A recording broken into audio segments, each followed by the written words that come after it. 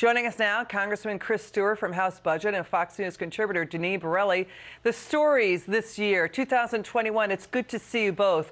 There's now a big rethink on D.C. messaging, on COVID-19 mandates, on the border, on government tax and spend, also the Dem push for defund police. Congressman, first to you. Can you take this on? Well, look, you can re-message and fine-tune your message, but if your policies are just fundamentally wrong, if everything that you've tried to implement is just hurting the American people, then it's hard to package that in a way that the American people are going to accept and going to encourage you to continue.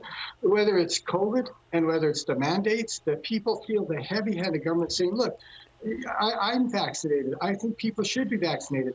But I don't think you should worry about your job. I don't think you should worry about your source of employment and providing for your family if you have to make a decision not to be vaccinated, whether it's inflation, which is hitting the middle class and the lower class at the very most. It's the most painful thing for them, whether it's Afghanistan.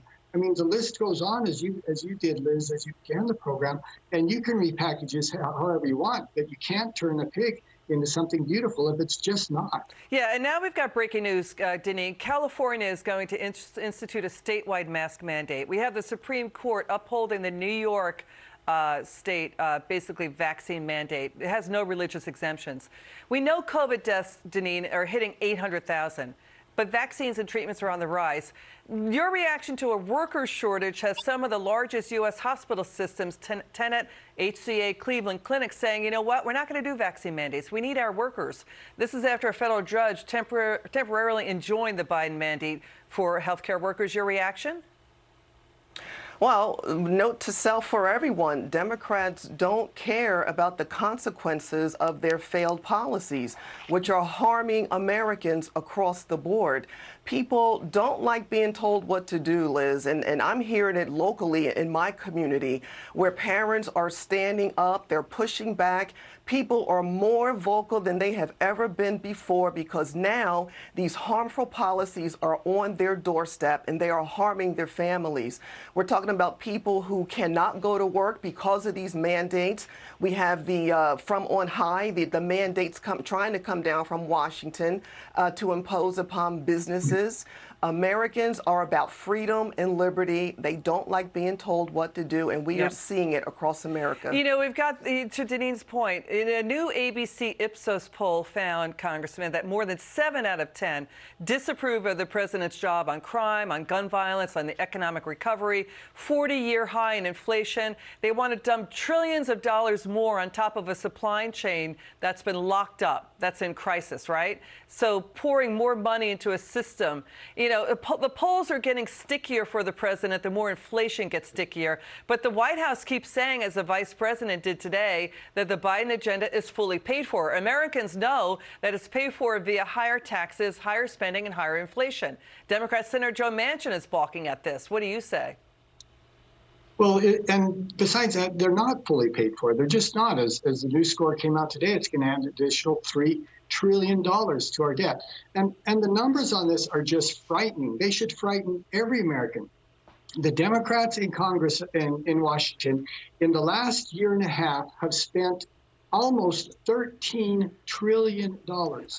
I mean, that's an unfathomable amount of money. And we say, well, we're kicking the debt down to we're kicking that can down the road to our kids and our grandkids. No, we're not.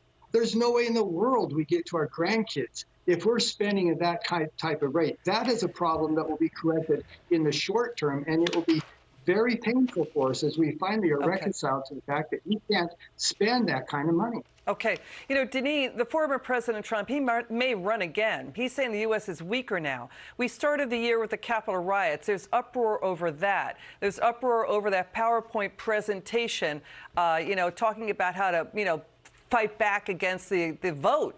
And that's going to, you know, muddy the waters. Chris Christie is now coming on strong to be a challenger in 2024. I want to move on to this. The media narratives, Deneen, were falling apart. You know, the consensus conversation coming out of the media in the D.C., New York, D.C. Beltway is falling apart. You know, things like the border is a challenge, or things like the Jussie Smollett case was true, or that, you know, the Steele dossier was true, or the China lab leak theory, right, was false, or, you know, the Hunter laptop was Russian disinformation. You know what I mean, Deneen? People are now saying, wait a second, what were we being told all this time? Well, Americans have been lied to, Liz. And look, this mainstream media has done an absolute disservice to our country. First of all, they allowed candidate Biden to hide in his basement, mostly throughout the presidential campaign. And now we are seeing what a train wreck he is and his administration is as well. Americans, these reporters won't be held accountable.